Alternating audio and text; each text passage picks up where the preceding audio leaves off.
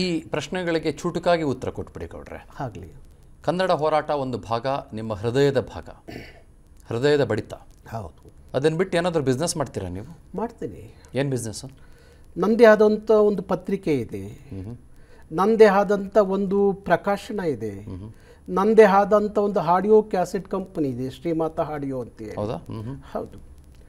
ನಾನು ಎಲ್ಲರಿಗೂ ಒಂದು ಮಾತು ಹೇಳ್ತೀನಿ, ನಂದು ಅಷ್ಟೇ ಆಗಬಾರ್ದು ಅನ್ನೋದಕ್ಕೆ ಎಲ್ಲ ನಮ್ಮ ಕಾರ್ಯಕರ್ತರಿಗೆ ಯಾವಾಗಲೂ ಒಂದು ಮಾತು ಹೇಳ್ತಾ ಇರ್ತೀನಿ, ಹೋರಾಟವೇ ಆಗಬಾರ್ದು.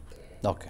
ಬದುಕಿನ ಜೊತೆಯಲ್ಲಿ ಹೋರಾಟ ನಡೀಬೇಕು ಹೊರತು ಬದುಕೇ ಹೋರಾಟ ಆಗಬಾರ್ದು. ಯಾಕೆಂದರೆ ಬದುಕೇ ಹೋರಾಟ ಆದಾಗ ನಾವು ಬೇಗ ದಾರಿ ತಪ್ತೀವಿ.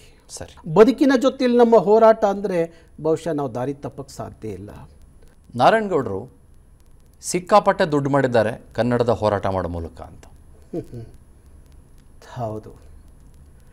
ನಾರಾಯಣಗೌಡರು ದುಡ್ಡು, ಆಸ್ತಿ, ಅಂತಸ್ತು ಬಂದಾಗ ನನ್ನ ಕಾರ್ಯಕರ್ತರೇ ಅಂತಸ್ತು, ನನ್ನ ಕಾರ್ಯಕರ್ತರೇ ದುಡ್ಡು, ನನ್ನ ಕಾರ್ಯಕರ್ತರೇ ನನಗೆ ಸಂಪತ್ತು. ಇವತ್ತು ನಾರಾಯಣಗೌಡರು ಬೆಂಗಳೂರಲ್ಲಿ ಒಂದು ಮನೆ ಇದೆ, ಆ ಮನೆಯೂ ಸಹ ಜನತಾ ಕೋಆಪರೇಟಿವ್ ಬ್ಯಾಂಕ್ ಅಂತ ವಿಜಯನಗರದಲ್ಲಿದೆ. ಅದು ಯಾರು ಬೇಕಾದರೂ ಹೋಗಿ ಆ ಬ್ಯಾಂಕನ್ನು ಚೆಕ್ ಮಾಡ್ಬೋದು. ಅದರಲ್ಲಿ 2 ಕೋಟಿ ಸಾಲಗಾರ ನಾನು. ಸಾಲಗಾರ 2 ಕೋಟಿ ಸಾಲಗಾರ. ಅದಲ್ಲದೆ ಸಂಘಟನೆಯ ಆಗು ಹೋಗುಗಳಿಗೋಸ್ಕರ ಒಂದಷ್ಟು ಸಾಲ ಮಾಡಿ ತಿಂಗಳಿಗೆ ಇವತ್ತು 4 ಲಕ್ಷ ಬಡ್ಡಿ ಕಟ್ತಾ ಇದ್ದೀನಿ. ಅದು ಬಿಟ್ಟರೆ ಬೆಂಗಳೂರಲ್ಲಿರೋದು ಒಂದು ಮನೆ ಬಿಟ್ಟರೆ ನನಗೆ 6 ಅಡಿ 3 ಅಡಿ ಜಾಗ ಇಲ್ಲ. ಇವತ್ತು ಹೊರಗಡೆ ನೀವು ಹೇಳಿದ ಕರೆಕ್ಟು, ನೀವೇನು ಹೇಳಿದ್ರಿ, ಪ್ರಶ್ನೆ ಏನು ಮಾಡಿದ್ರಿ ಕರೆಕ್ಟು. ಇದು ಯಾರಿಗೂ ಬಿಟ್ಟಿದ್ದಲ್ಲ. ಸಾರ್ವಜನಿಕ ಜೀವನದಲ್ಲಿ ಈ ಪ್ರಶ್ನೆ, ಈ ವಿಚಾರ, ಈ ಚರ್ಚೆ ಹೊರಗಡೆ ಯಾರನ್ನೂ ಬಿಟ್ಟಿದ್ದಲ್ಲ. ಅದು ನಾರಾಯಣಗೌಡರು ಬಿಡಲಿಲ್ಲ. ಯಾಕೆಂದರೆ ನಾವೊಂದಷ್ಟು ವ್ಯವಸ್ಥೆ ಇದೆಯಲ್ಲ, ನಮ್ಮ ಸುತ್ತ ಇರುವಂಥ ವ್ಯವಸ್ಥೆ ಇದೆಯಲ್ಲ, ಆ ವ್ಯವಸ್ಥೆ ಹೇಗಿರುತ್ತೆ ಅಂದರೆ ಇನ್ನೊಬ್ಬರಿಗೆ ಎಲ್ಲೋ ಒಂದು ಕಡೆ ಕಣ್ಣು ಕುಕ್ಕೋ ರೀತಿಯಲ್ಲಿ ಇರುತ್ತೆ.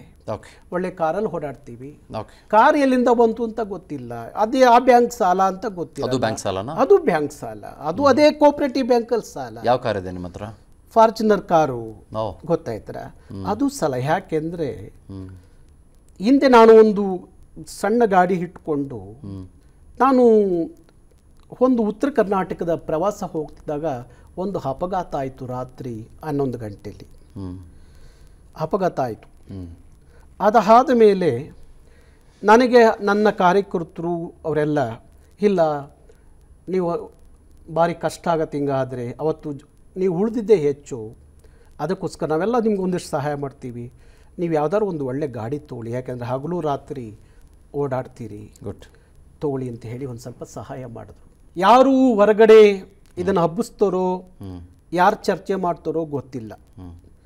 ಎಲ್ಲ ರಾಜಕಾರಣಿಗಳ ಬಗ್ಗೆ ಚರ್ಚೆ ಮಾಡೋದು ಬೇರೆ, ಆದರೆ ಒಬ್ಬ ಹೋರಾಟಗಾರನ ಮೇಲೂ ಸಹ ಇಂಥ ಚರ್ಚೆ ಯಾಕೆ ನಡೆಯುತ್ತೆ ಅನ್ನೋದು ನನಗೆ ಇಲ್ಲಿವರೆಗೂ ಗೊತ್ತಿಲ್ಲ.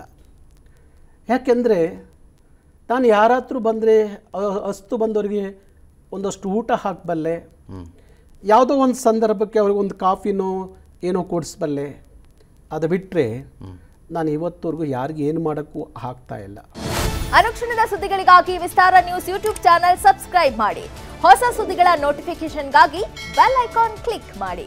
ಲೇಟೆಸ್ಟ್ ಅಪ್ಡೇಟ್ಸ್ಗಾಗಿ www.vistaranews.com ವೆಬ್ಸೈಟ್ಗೆ ವಿಸಿಟ್ ಮಾಡಿ. ಅಂಗೈಯಲ್ಲೇ ಜಗತ್ತಿನ ಸುದ್ದಿ ತಿಳಿಯಲು ವಿಸ್ತಾರ ನ್ಯೂಸ್ ಕನ್ನಡ ಆಪ್ ಡೌನ್ಲೋಡ್ ಮಾಡಿ.